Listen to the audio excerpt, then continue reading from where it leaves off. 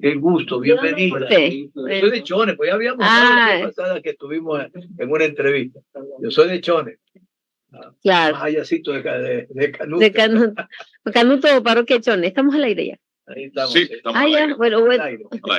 Un saludo. Ya tenemos 9 minutos, 10 minutos en el aire. Bien, mi querido René. Sí, damos una vez más el buenos días a la abogada Luisa González, candidata a la presidencia de la República por Revolución Ciudadana. Ella ha sido asambleísta por la hermosa provincia de Manabí, secretaria ejecutiva de Revolución Ciudadana, vicecónsul del Ecuador en Madrid. Muchísimas gracias por estar acá en nuestros estudios. Somos retransmitidos por Radio Encantada de Galápagos, Radio Arcoíris en la provincia de Napo, Radio La Jungla en la provincia de Orellana y Radio Max en Santo Domingo. Lo propio a través de nuestro canal de YouTube, Águila TV, y nuestras estaciones, Radio Programas del Ecuador, Radio Águila, 1050 amplitud modulada, Radio La Verídica, 95.7 FM. Para conocer la entrevista, nuestro gerente general, el doctor John Copiano, y nuestro director adjunto, el doctor Carlos Julio Emanuel. Bienvenida, mi querida doctora María Luisa González, qué gusto tenerla aquí, y bienvenido a todos los radioescuchas y televidentes de diferentes emisoras. Gracias a José Luis Columbo, Radio Arcoíris en la Amazonía, nada más que en la provincia del Napo. Gracias, mi querido Vidal. Radio La Jungla, ahí en la provincia de Orellana. Radio Max, un querido amigo que ya no está con nosotros, pero su señor hijo está manejando en Santo Domingo, Los Áchilas. Bien, Radio Encantada, Jenna Andrade, bien, todos están conectados. Sin más, bienvenida. Muchas gracias por este espacio y un saludo a todos los que nos están escuchando. Un saludo a nuestro querido Chone, que estuvo de fiestas el 24 de julio. Un abrazo a todos. Bien, hoy el Ecuador, entre sus múltiples necesidades que se han venido agravando desde, creo yo, más de 6 años acá, se han agravado, ya que en el de gobierno, que como yo le he llamado al periodo del señor Lenín Moreno Garcés, y hoy que se pensaba arreglar al país en 100 minutos, no solamente que se lo ha desarreglado, sino que tenemos una cantidad de problemas acuciantes, más allá de haber sobrevivido de la pandemia del COVID-19. Estoy hablando de la inseguridad que no antes visto en nuestro país. Anteriormente usted veía Ecuador, era pues una ciudad, un país de trabajo, una ciudad como Guayaquil, Manta y lo demás, donde la gente salía a pasear, a vivir a sus parques. Hoy es imposible. Así que la primera pregunta, mi querida abogada Luisa González, es: ¿qué piensa hacer sobre este gravísimo problema de la inseguridad que se ha enquistado casi en todas las instituciones? Mire, lo primero es que se largue un gobierno inútil. Y perdón que lo diga así. Usted ve ayer que sale el líder de una banda delictiva dando su comunicado, rueda de prensa. ¿Qué faltó allí? Que le hagamos la venia, que le pongamos una banda presidencial. ¿Qué es lo que faltó allí? Y él sale a decir: tranquilos ecuatorianos, tranquilos ciudadanos, estamos recobrando la paz del país. Por Dios, ¿en qué país estamos? Ecuador tuvo guerrilla al norte, Colombia. Guerrilla al sur, Sendero Luminoso, Perú. Jamás tuvimos esta barbaridad que estamos viviendo hoy día. Pero ya vamos a ir ahí, porque alguien ecuatoriano vio al presidente de la República sentarse con el Comando Conjunto de las Fuerzas Armadas, con el comandante de las Fuerzas Armadas, con el ministro de Defensa, con el ministro del Interior, con el comandante de la Policía General. No. El presidente de la República en medio con todo el equipo de seguridad decir: ecuatorianos, vamos a recuperar la paz. ¡No! Sale el líder de los choneros. Fito. Sale Fito a decir: tranquilo país, ya les vamos a recuperar la paz. ¿Qué significa eso? ¿Qué significa? Que más allá del presupuesto y más allá de cualquier cosa, que el control del país lo tienen las bandas delictivas. Sí. ¿Pero por qué? Hay una denuncia que la hizo públicamente, saltando todo el orden diplomático, el embajador de Estados Unidos sale directamente y dice, hay narcogenerales. Y lo vengo diciendo en todas las entrevistas. Señora fiscal Diana Salazar, la investigación de los narcogenerales, ¿dónde está? ¿Por qué no avanza? ¿Por qué no lo hace tan rápido como lo hizo el caso Soborno? Que hasta en pandemia llamó a la gente a comparecer, que contagiados de COVID tuvieron que ir. ¿Por qué no lo hace así de rápido? Porque nos están matando. Están matando a los ciudadanos. Y están matando porque las bandas delictivas tienen tomado a ciertos miembros de la fuerza pública, de la policía, de las Fuerzas Armadas y obviamente al gobierno nacional del presidente Guillermo Lasso. Ahora sí, estamos hablando de narcogobierno y de narcopolítica. Sale, por favor, dígame cómo tienen acceso a celulares, a salir libremente y dar declaraciones. Los presos, los líderes de la banda delictiva. Oiga, usted y yo podemos comprar un inhibidor de señal y el Estado no lo compra. Y el Estado tenía 200 millones el año anterior para inversión, 200 millones. Gastaron 31%, cerca de 60 millones y 140 devolvieron al presupuesto general del Estado. ¿Por qué no ejecutan eso? ¿Por qué la mitad de las cámaras del ECU 911 están dañadas? ¿Por qué? Si tienen contratado el mantenimiento, ¿por qué no les hacen el mantenimiento? ¿A quién le beneficia que estén dañadas las cámaras del ECU 911? Y sobre todo, ¿quién controla todo, pues? ¿Quién controla las cárceles a través de la SNAI? Presidente de la República, Guillermo Lasso, es el directo responsable de que el narcotráfico, de que las bandas delictivas estén gobernando, estén dando discursos, estén llamando a la paz, estén tomándose las cárceles, las calles. ¿Ha dicho algo sobre el director de la SNAI? No. Silencio absoluto. Nadie dice nada. Y sale la delincuencia. Mire, este tema ya pasa. No porque existan o no bandas delictivas, que las hay en Europa, porque la droga que sale de Ecuador, y me reuní el día lunes con los embajadores de la Unión Europea, dicen que el 60% de la droga que ingresa a través del puerto de Amberes, en Bélgica, el 60% sale desde Guayaquil. Así es. Afecta al comercio, afecta a la venta que hacemos de nuestros productos, porque nuestros contenedores van contaminados. 60% sale de aquí. ¿Dónde están las autoridades de control? Pedí que nos apoyen en esa lucha contra las mafias organizadas, la delincuencia internacional. Ellos con su conocimiento, nosotros también, para hacer investigación seria y combatir la delincuencia. Para que llegue allá es porque ellos también tienen mafias, porque ellos también tienen delincuencia. Pero una cosa es que tengas mafias, delincuencia, y otra cosa es que tengan tomado el gobierno. Es que sean ellos los que lideran, es que sean ellos los que dan las ruedas de prensa. Y ahí está el informe León de Troya, que fue la investigación que ha provocado que ayer haya ese comunicado del periodista Anderson Boscan, que sale del país. ¿Por qué? Por amenazas. ¿Qué amenazas? Dice que las amenazas nacen desde el gobierno en vínculo con las bandas delictivas por haber denunciado que las bandas delictivas y la mafia albanesa tenía tomado al gobierno nacional, que tenía tomado, ¿por qué? Ahí están los vínculos del difunto señor Cherres con el cuñado Danilo Carrera, cuñado del señor presidente Guillermo Lasso, y que ahora en venganza están buscando matarlo y se va del país para protegerse. Él y la familia. Él y la familia. Y estamos hablando de libertad de expresión. Y decían que con Correa no había libertad de expresión. Y decían todo lo que querían decir y expresaban lo que querían expresar. Esto es no tener libertad de expresión. Que aquí se hizo una investigación y que el periodista deja el país, que no es el primero, porque dice que se descubrió en el celular de Rubén Cherres, cuando lo asesinaron. Rubén Cherres, que señora fiscal, ¿cómo es que no tenía seguimiento?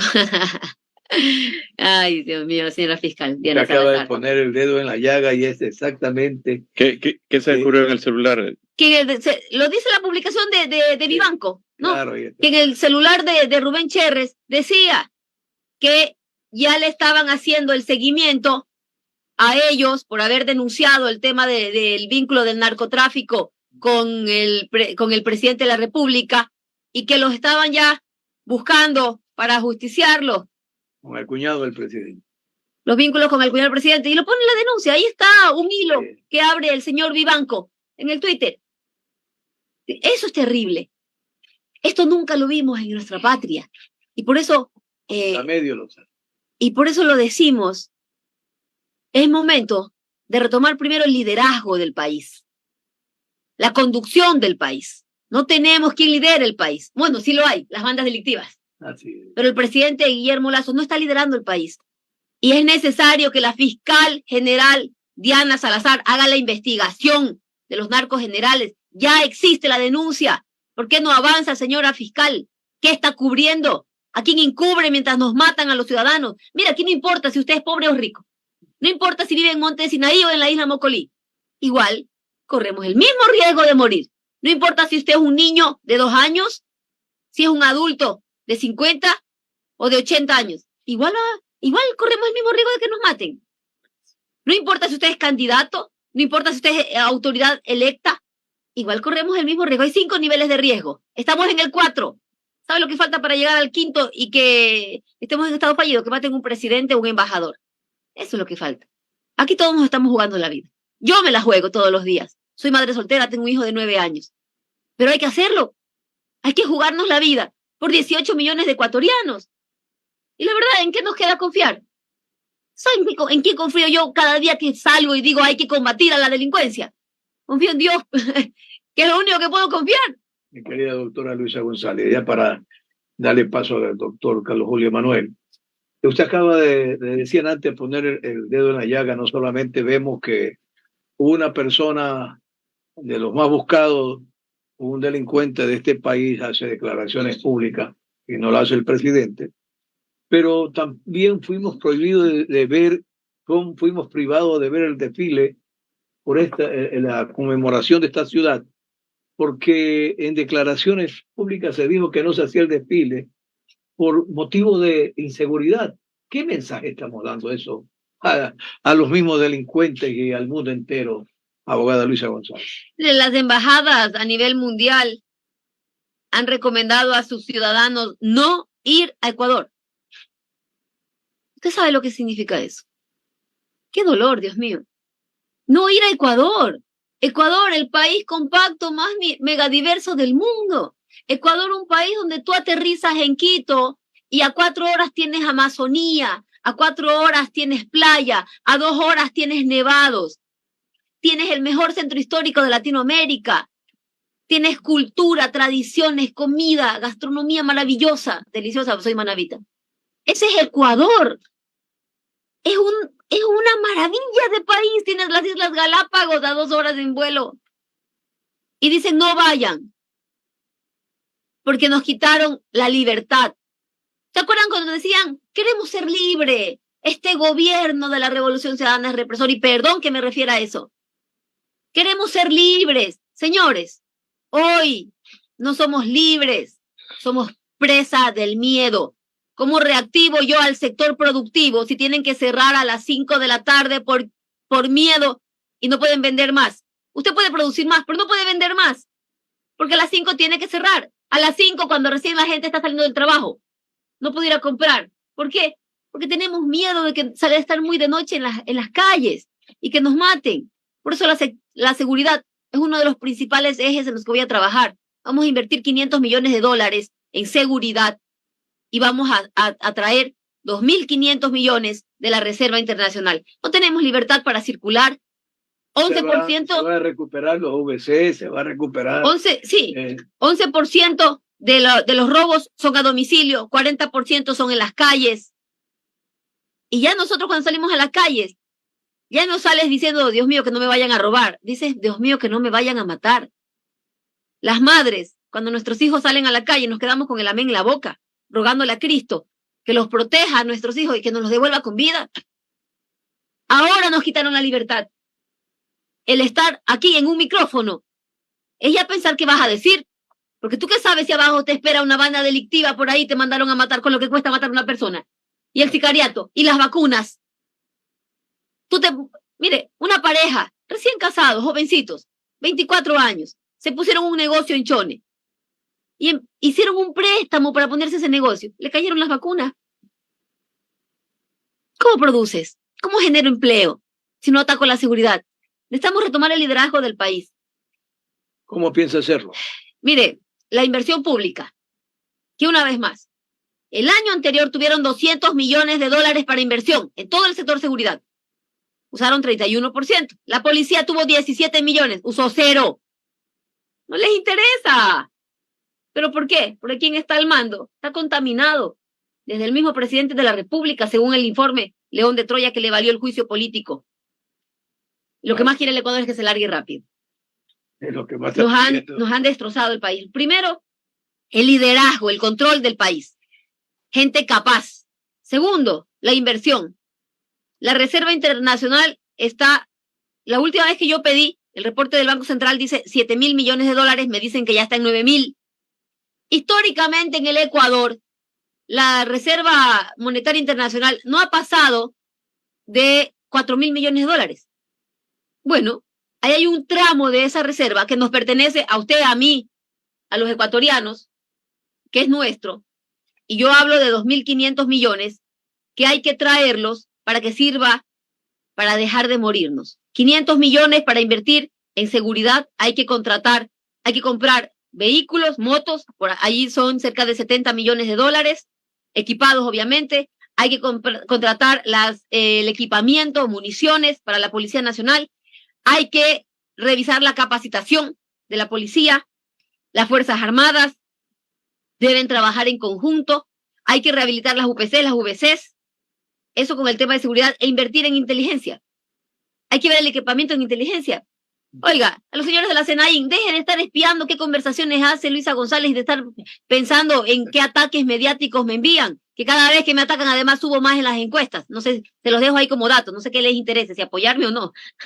Síganme atacando, que sigo subiendo. Desarrollo social.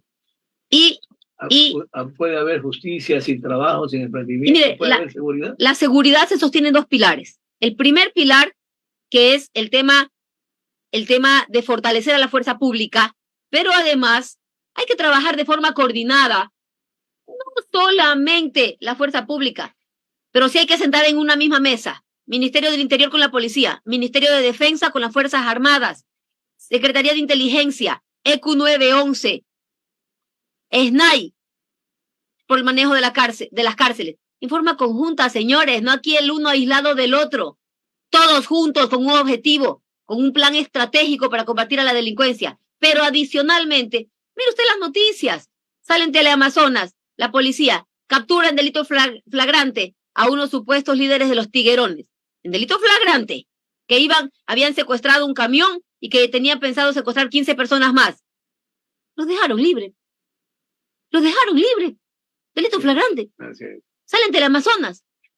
Entonces, ahí tienes que hacer las mesas con los gabinetes sectoriales de seguridad. En la misma mesa, el Ejecutivo, y en la misma mesa va con Fiscalía General del Estado.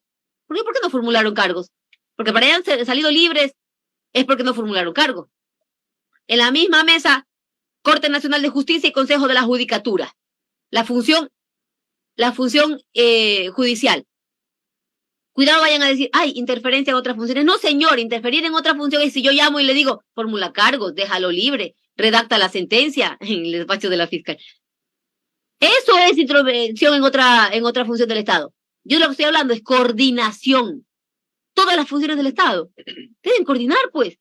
Función ejecutivo, legislativo, judicial. Si hay que hacer alguna reforma a la ley, tiene que sentarse la asamblea en la misma mesa y decir, a ver, señores, este es el objetivo, hacia allá va la patria.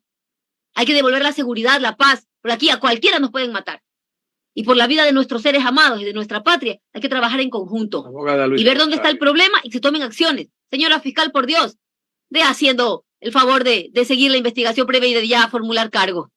Narcos generales. Abogada Luisa González, exactamente usted ha hecho no solo el diagnóstico, sino ha puesto cuáles serían las medidas a tomar. La pregunta, aún en un país que no hemos superado el machismo, y perdón traerle esto, en el Ecuador por primera vez. Bueno, no es la primera vez que hay candidata, pero si llega usted a ganar la presidencia, y así el voto ciudadano lo dice, tiene dos cosas. Primero, primera vez que una mujer llega a la presidencia, y segundo, tiene los arrestos, y perdón preguntárselo, tiene el temple. ¿Y por qué lo digo? Tuvimos a un ex presidente como Lenín Moreno, y tenemos un presidente que no sabemos exactamente si él como jefe del Comando Conjunto de las Fuerzas Armadas está ejerciendo su labor, la sabe hacer o no la sabe, le falta temple o sencillamente tiene rabo de paja, no lo sé. Usted tendrá ese temple para tratar con generales, y lo digo por experiencia, he tratado muchas veces que una de mis profesiones que es la seguridad, de estar en medio de esto, y he visto ese machismo radical y esa situación del castrense que cree que el civil es civil y que no le puede dar orden por más que esté encumbrado en la presidencia. ¿Usted lo hará? ¿Tendrá ese tempo? Me falta contestar algo en tema de seguridad. Los dos pilares en los que se sostiene la seguridad, el primero es la fuerza pública y el segundo es el sector social, que usted lo mencionó. En el sector social es donde nace, pues, es el caldo de cultivo de la delincuencia y de la violencia. Cuando usted aumenta pobreza, aumenta desempleo, aumenta delincuencia y aumenta violencia. No se puede trabajar solamente fortaleciendo a la fuerza pública, sino también combatiendo las causas generadoras de violencia y delincuencia, como son la pobreza, el hambre, el desempleo. Allí hemos dicho, vamos a empezar a reactivar la economía desde la inversión pública de calidad. ¿Dónde vamos a comenzar? Con la rehabilitación de la red vial. Cerca de 1,000 puntos de tramos en la red vial que están totalmente destruidos. El arreglar la red vial significa mejorar la productividad, mejorar el comercio, seguridad para los ciudadanos. Vamos a empezar a empujar desde el gobierno, desde el sector público a la empresa privada. Ellos harán las obras, contratarán personal. La construcción es lo que más encadenamientos productivos tiene. Desde el agricultor vende más comida porque hay que dar de comer a los trabajadores. El sector textil puede comprar ya los artículos para vestimenta y así se empieza a irrigar en la economía, ¿no? Vamos a dar créditos productivos a través de la CFN, vamos a volver a crear a la CFN, cerca de 500 millones de dólares de los 2.500 que vamos a traer de la reserva, va a ir al crédito productivo, tanto para pequeños y medianas empresas. El sector privado es el que empuja la economía a través de la generación de empleo, por eso hay que fortalecerlo, hay que revisar los impuestos que están excesivos, hay que revisar los bienes de capital, todo lo que necesitan para producir, aranceles, para poder ir fortaleciendo al sector privado y que se empiece a dinamizar la economía, que se empiece a generar empleo, que se empiece a mejorar el consumo. Por $1 que usted ingrese en la economía, eso prácticamente se triplica. Y ahora vamos al tema del machismo. Mire, yo le puedo decir que lo que necesita este país es faldas, porque pantalones no ha habido. Y yo las tengo bien puestas. Como mujer, como manabita, como madre, como chonera, tengo el temple necesario para seguir trabajando por mi país y seré la comandante en jefe de las Fuerzas Armadas. Y la política de seguridad la tendré yo. Y se va a hacer como yo lo diga, porque sé cómo hay que trabajar por transformar la patria. Tengo experiencia, tengo conocimiento y tengo capacidad. Correcto. Y las Fuerzas Armadas están para hacer lo que el presidente de la República dispone. Y en este caso, una mujer, sí, Luisa González. El país se cae en pedazos. Nadie ha tenido los pantalones para salir ayer a decir, estamos retomando el control del país. Pues yo sí tendré las faldas para poder decir, vamos a retomar el control del país y empezar nuevamente a caminar hacia un país de paz. Y miren, muchos candidatos dijeron, suspendemos las actividades después de la ola delictiva, de la violencia que se ha dado estos días, en solidaridad. Señores, si tienen miedo a salir a las calles, no salgan. Yo sí sigo saliendo. Yo seguí trabajando. Me preguntaron en una entrevista, los demás pararon la campaña, ¿usted por qué no la paró? Porque lo mejor que yo puedo hacer es estar a la gente. ¿Pararon de salir a trabajar ustedes? No, no pararon. ¿Pararon de salir los vendedores ambulantes? No. ¿Pararon de salir nuestros jóvenes a las unidades educativas? No. Entonces, ¿por qué paran? ¿Qué tienen miedo a salir a la calle? Mire, nosotros no podemos parar. Luisa González no va a parar. Hoy día voy a Durán. Me dijeron, sí, pero es muy riesgoso porque en Durán está estado de excepción. La gente en Durán ha dejado de salir a la calle. No ha dejado. Corre riesgo su vida. Yo también voy. También corro riesgo, sí. Como 18 millones de ecuatorianos. Pero no puedo parar, porque lo que necesita el Ecuador es caminar hacia adelante, es retomar la conducción del país. Si los demás no quieren salir, no salgan. Yo sí voy a salir. Qué bien, doctor Carlos Julio Manuel. Bueno, muy interesante lo que escuchamos a la abogada González. Efectivamente, yo creo que la fiscal general de la Nación nos ha quedado debiendo bastante. Yo estoy en contra de la justicia diferenciada. Yo creo que la fiscal tiene que actuar de la misma forma en todos los casos, pero dejemos ese tema a un lado. Estoy de acuerdo que el gran problema que existe en el Ecuador de la inseguridad, de la criminalidad, tiene un fondo económico. Efectivamente, la falta de actividad económica, la pobreza que es creciente, 7 de cada 10 ecuatorianos que no tienen un empleo adecuado, como lo dijo la abogada González, la causa subyacente, el caldo de cultivo de la delincuencia es la mala conducción económica, y hemos tenido una pésima conducción económica los últimos años que están reflejadas en el ningún crecimiento económico. Ecuador no ha crecido en materia económica y la población ha seguido creciendo vegetativamente al 1,5% más. Entonces, frente al ningún crecimiento y la población que ha seguido creciendo, ahí está el caldo de cultivo de la delincuencia, está el caldo de cultivo de la criminalidad.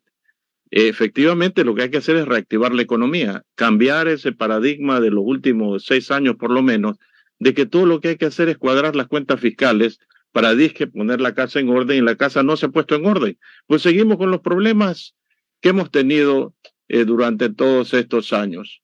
Yo estoy de acuerdo, y lo he puesto en un libro que publiqué recientemente, que frente a la crisis que enfrenta el Ecuador, hay que tomar recursos de la Reserva Monetaria.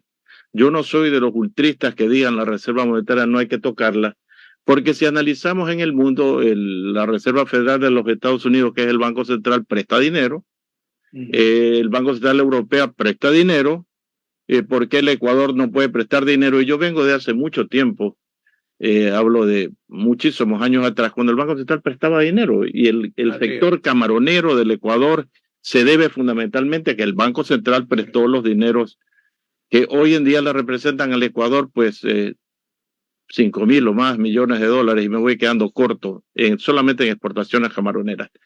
De manera que hay que hacerlo bien, hay que colocar los dineros de tal forma que a la vuelta de la esquina pues no se pierdan esos recursos, sino que reditúen a favor del Estado, por el lado de que son inversiones productivas que van a cancelar sus créditos, a eso me referí. Sí. De manera que en eso estamos de acuerdo. Yo escuché una entrevista de la abogada González hace poco tiempo, creo que fue en Manabí, me dio la impresión que era en Manabí, era como un panel de periodistas, y le preguntaban sobre el tema de la deuda externa. A mí me preocupa el tema de la deuda externa, porque en poco tiempo, por el año 2025, Ecuador estará en un grave problema de pago de la deuda. Hemos tenido ya más de 10 cesaciones de pago en la historia del país, los llamados defaults, y la idea es no volver a caer en eso. Pero lamentablemente, con el cero crecimiento económico, tarde o temprano el Ecuador va a tener ese problema. Es como si uno le prestara dinero a una empresa que la empresa no produce. ¿Cómo paga la deuda? Entonces Ecuador es una enorme empresa que no puede pagar su deuda. Y le escuché decir a la abogada González que había que hacer una auditoría de la deuda. Yo estoy completamente de acuerdo con eso, porque no se justifica que en el gobierno de Lenín Moreno se han hecho prepagos de la deuda. Hablo de miles de millones de dólares por créditos que recién se vencían en el año 2023 y 2024, cuando la gente se estaba... pandemia, ¿no? En media pandemia, cuando la gente se estaba muriendo de hambre. Entonces yo creo que hay que hacer una investigación de ese tema y buscar, y esa sería un poco lo que yo quisiera sugerir, buscar un verdadero alivio de la deuda.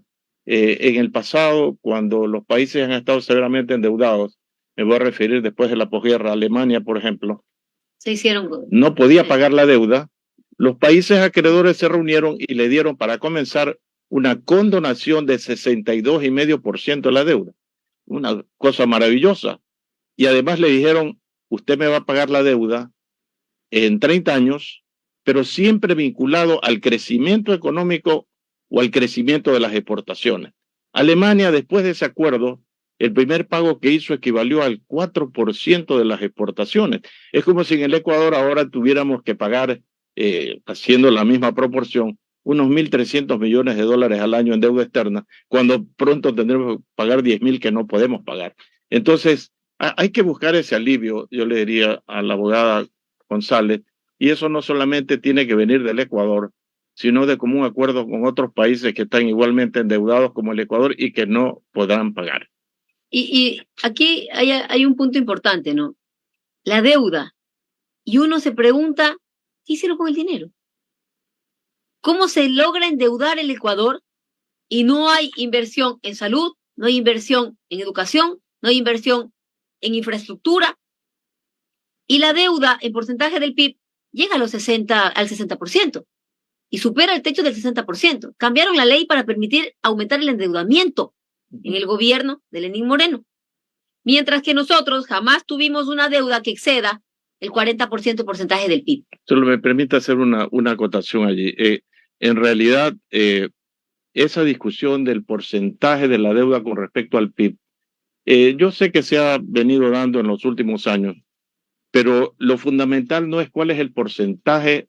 ¿Es a dónde va esa deuda? Sí, a dónde va y si fue a sectores productivos que pudieron pagarla, porque, por ejemplo, Japón tiene una deuda equivalente al 200% del Producto Interno Bruto y la paga normalmente. Ya, pero ahí la clave es, ok, yo me endeudo, pero yo me endeudo para contratar para construir una refinería que me va a dar ingresos y que va a evitar que salgan los dólares de la economía y que va a sostener la dolarización. Perfecto. Yo me endeudo para construir, no sé, un centro de investigación especial que me va a ayudar a mejorar tecnología y que va a hacer que superemos el subdesarrollo, obras de vialidad, seguridad, inversión. ¿A dónde fue esa deuda? Porque lo que vimos fue que pusieron un poste de luz y que inauguraron una cancha en un colegio de césped sintético. No vimos más. Entonces, a eso yo también me refiero cuando digo, hay que investigar. Claro. Investigar que en Ecuador se endeudó. Es decir, todos los que nos están escuchando, ciudadanos, nos endeudamos, porque de nuestro bolsillo sale. ¿A dónde fue esos tramos de deuda? Y hay que ver quiénes se beneficiaron también. Sí, totalmente de acuerdo. Y en línea con esta idea de que lo que debemos buscar es la reactivación económica, le escuché decir a la abogada que habría que un poco dinamizar nuevamente los bancos públicos, la CFN, el Banco de Fomento, que no tienen por qué estar... Al 15%, ¿quién puede endeudarse? Bueno. El sector productivo no puede endeudarse a tasas de interés del 14, 15, 16%. Le sale más barato ir a endeudarse en otros países y traer la plata al Ecuador que endeudarse aquí. Claro. Se requiere crédito productivo accesible. Oiga, y yéndonos un poquito, la política keynesiana. En un momento de crisis, el Estado tiene que entrar a empujar a la economía, al sector privado, para que crezca, bajar la tasa de interés, aumentar el crédito desde el sector financiero al sector productivo, y obviamente es la inversión del Estado. Esa es una fase para empujar la economía y para empezar a levantarnos. Y ya después, el sector productivo camina solo. Ellos saben lo que tienen que hacer. Lo que requieren ahorita es que los empujemos, que revisemos los impuestos que son excesivos, los aranceles para los bienes de capital. Eso es lo que se requiere en este momento. Y tiene que hacerlo el Estado. De acuerdo. En este tema de la tasa de interés, yo quisiera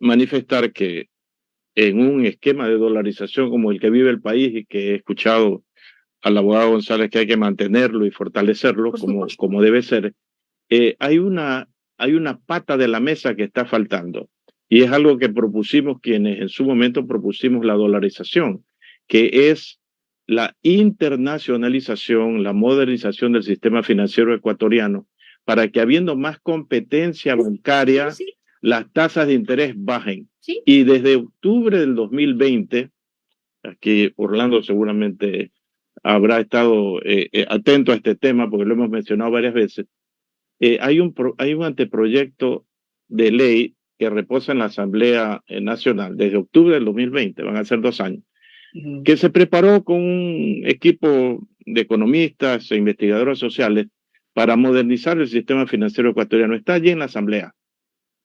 ¿Qué es lo que hace? Básicamente hace una aplicación del Código Monetario panameño al ecuatoriano para permitir que, como en Panamá, ingrese la banca extranjera. Aquí en el Ecuador no tenemos un solo banco extranjero. Antes teníamos, ahora no hay ninguno. Citibank es una fachada. Panamá tiene 80 bancos extranjeros, 120 agencias de representación bancaria, con lo cual los panameños tienen la ventaja de acceder al crédito del mundo, a la liquidez del mundo, que es baratísima, y por eso en Panamá las tasas de interés son la mitad de las del Ecuador. ¿Por qué nosotros no podemos hacer eso también? Y ahí le digo, ¿quiénes son los primeros que se oponen? Los que hablan de libre mercado, los que hablan de libre mercado, de libertad, de movilidad del capital. Es la banca. La banca son los primeros que se oponen, pero con el crédito que nos están entregando, no nos permiten sacar adelante al Ecuador. Y sí, es una buena opción que ahorita le acabo de tomar nota, la internacionalización del sistema financiero. Le voy a hacer llegar el proyecto, voy a pedir el contacto para hacerse llegar, pero solamente termino con esto, pues John tiene como 6 preguntas más. Dice que pero que irse, teníamos pero solamente termino con eso. Efectivamente, lo que busca este proyecto es romper el oligopolio bancario que hay en el Ecuador, tiembla la banca, ¿no? donde 5, 6 bancos controlan las 2/3 partes de los activos y son los que están interesados en mantener las altísimas tasas de interés y el margen de utilidad consiguiente. Entonces, ahí está ese proyecto en la Asamblea desde octubre del 2020 y no se lo ha querido tomar en cuenta. Y seguimos nosotros empujando aquí el tema porque hay que hacerlo, porque además es la pareja perfecta de la dolarización. Ahora, ¿cuál es el giro de negocio de la banca? El giro de negocio de la banca se supone que es el recibir el dinero de los depositantes y prestarlo para crédito productivo, ¿verdad? Pero habrá que ver de qué se está financiando la banca. ¿Cómo se está financiando? Costos de operación, nos cobran por cada centavo que mueves. Ese no es su giro de negocio. Habrá que revisar también lo que nos están cobrando en costos operativos la banca. Y muchos de esos hay que sacarlos. Y sí, y una opción, ya que ellos hablan de libre mercado, es la internacionalización. Ese es el libre mercado. Ese libre mercado. Claro. Que vengan otros bancos y nos digan, señores, sector productivo, usted quiere producir más, tecnificarse, vender más. Perfecto, le vamos a prestar al 7%, al 5%. Listo, sacamos adelante al Ecuador. Bien, abogada, la verdad que se nos quedan algunas preguntas. Solamente le pido que por favor le mandan a saludar de la Amazonía, en el Napo. Ahí está Radio ¡Ay, qué gusto! Arcoíris, nuestra gente de Amazonía maravillosa. Está la radio La Jungla en la provincia de Orellana. Qué raro que la jungla está en la Amazonía, ¿no? Está la Radio Encantada de Galápagos. Igualmente Radio Mag de Santo Domingo. Un saludo a ellos, a toda esa gente que están conectados, escuchándolo. Un abrazo a toda nuestra gente de la Amazonía. Es doloroso, las vías en la Amazonía están destrozadas. Sucumbíos, todas. Hay hecho un socavón allí, más de 1 año pidiendo que se arregle, 2 años. No se lo ha hecho. En todo eso vamos a invertir. $500 millones para atender en una primera fase todo lo que es la reactivación de la red vial del Ecuador entero. Cerca de 1,000 puntos tenemos planificado atender. Así que un abrazo inmenso a nuestra gente de la Amazonía, Santo Domingo, que ya ha estado en varias ocasiones también. Está próximo a visitar la Amazonía. Un abrazo a todos. Y en Andrade, en Galápagos, están Radio Encantada. Ay, nuestros hermanos de Galápagos, ¿no? Y ya es lo único que creo que se está salvando de tanta delincuencia. Así es, ellos están. Vamos todos a Galápagos. Bien, mi querida abogada, pues le deseamos éxito en esta campaña. Que Dios las bendiga y es hora, pues, que Ecuador tenga una mujer de presidente.